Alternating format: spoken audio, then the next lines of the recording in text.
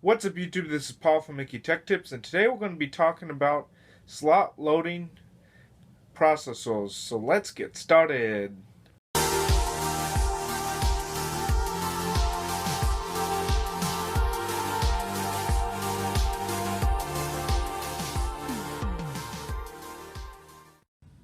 Okay, so here's my Pentium 3 processor from, I think it was 2001.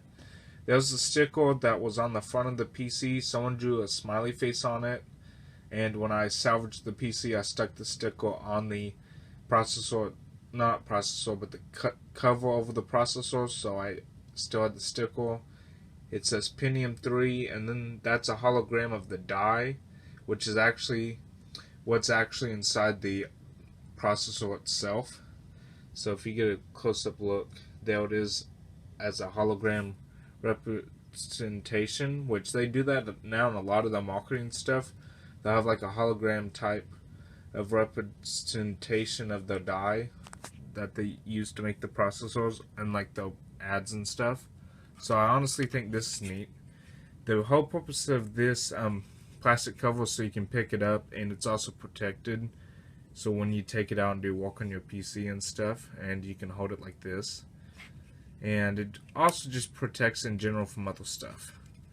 And it's mainly because I honestly I'm not gonna pop this off, but and it protects if you can. I'm not going to pop it off, but anyway, it protects the pins from the processor, because here's the actual processor right here. These are two other chips that are probably the North Bridge and South Bridge, probably, which is what helps control the processor with the motherboard. If not, these are probably for something else, and the North Bridge and South Bridge are on the motherboard, because I still think at that point in time they were still using two different chips for the chipset for the processor and motherboard combo. And the neat thing I like about these is that the slot loading, so you can put it on your motherboard in a slot. You don't have to worry about trying to line it up or worrying about broken pins to an extent. You stick it in, you stick your CPU cooler on top, and I kind of wish I saved that, but I threw that out for some weird reason. But it would stick on top. There's some thermal paste left on it. Look, there's even the notch that they put on there so you can line up the CPU for some reason, even though you're not going to be removing this from this board. But anyway, you stick it on and it's supposed to work. And this is actually would be something great for new PC builders, because then they wouldn't have to worry about all the problems that that you have when installing a processor. And again, it would be something like bent pins on the board, or maybe the contacts, something with that could be messed up and stuff like that. So I honestly think this would be a good solution. They made the Pentium 3, and I also think they made the Pentium 2, I think, were the only two that had slot loading processors. All the other ones are either soldered onto the board, which this is what all this stuff is soldered onto the board, or it's the traditional solution where you put the processor in and then put the things on top of it, like the heat sinks and stuff. So honestly, I think that's neat. This thing, it was pretty ahead of its time. I remember running it in the computer that I was in 5 years ago, and honestly, it wasn't too bad. I think the only thing that slowed it down was the slow hard drive, and honestly, I think that does make a big difference, because even now, switching from like a regular hard drive like this one to a solid state drive where there's no moving parts at all, really makes a big difference, because I've noticed performance increases. So a lot of times it's just the hardware itself. So I honestly think this is pretty ahead of its time. It's sad that they didn't carry on with it, but oh well. Wonder if I can look that up. Well, I'm gonna go look up the cooler assembly for this, so I can show you guys. But also, I have the Pentium 4, which is the successor to this processor still, and it's also still in use. It's in my old Dell desktop that's at a family member's house that I don't use that much because it's just old, but it runs Windows 10 okay. It's not the best, but I still have a Pentium 4 processor in use from 2005. So yeah, um, this is pretty old, but something that's still around if you have an old PC laying around. I'll be right back with the picture of the cooler, or aka heatsink that's set on top of this. So I'll be right back. Okay, so here's the Pentium 3. I guess this was like some kind of marketing picture that they probably used way back in the day. But as I was talking, there's the hologram die image that they usually use in marketing for this stuff. In fact, they still use it in marketing today. You just don't see it on the stuff itself. Now, I do think they put it on some boxes, but they don't put it on the processor like that anymore. And I honestly think that's very neat. And also, another thing that they're more likely to do is make it white on here so you can see the Pentium 3 and stuff like that, because here's one of the regular images that has it in black. So yeah, honestly think this is super neat. There's the chip itself with the marketing images again, because a lot of times when they do a lot of this stuff, they make it look fancy for the marketing. So there's that. Here's the motherboard that it plugged into. So here we go.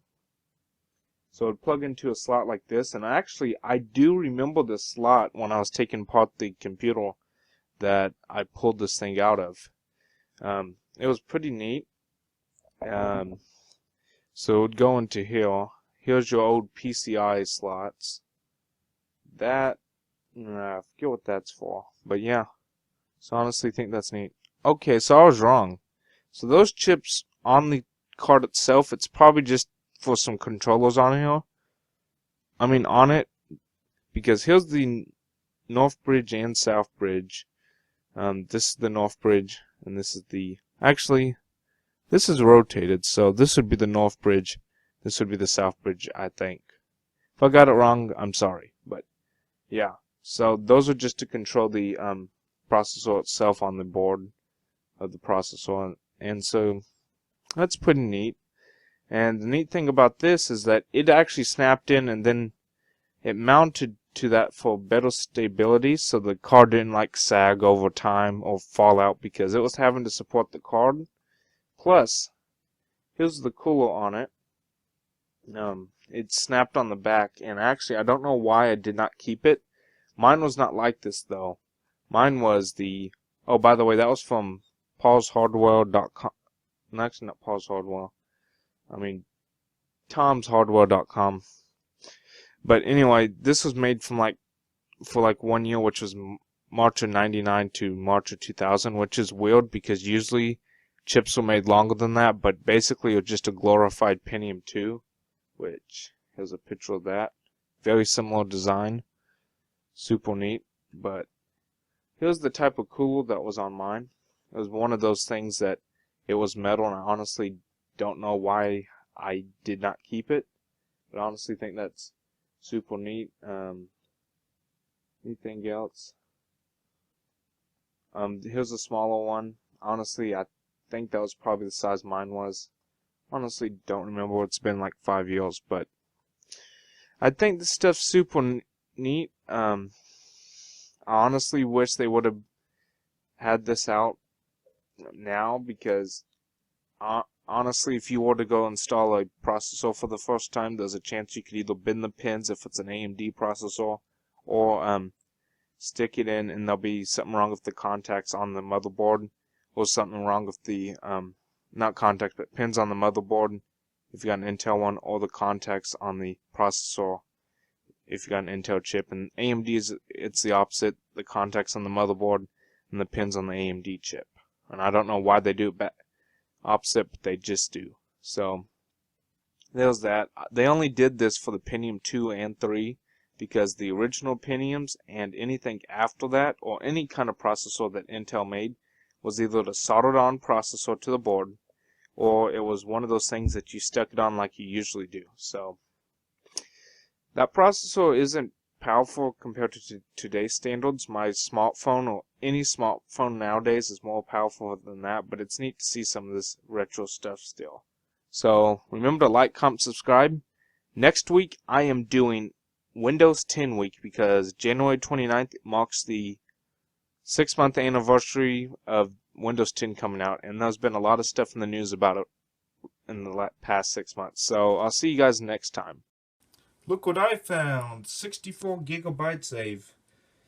DDR1 RAM, that would be the original RAM in the current format that people use it, because they're already up to DDR4. So this is the original stuff. Here's some more. Honestly, don't know how much is on there, but it's pretty vintage stuff. They used that stuff up until like the 2000s, so yeah. It isn't that too long ago in PC terms. So, yeah. I just wanted to show you guys that. Goodbye.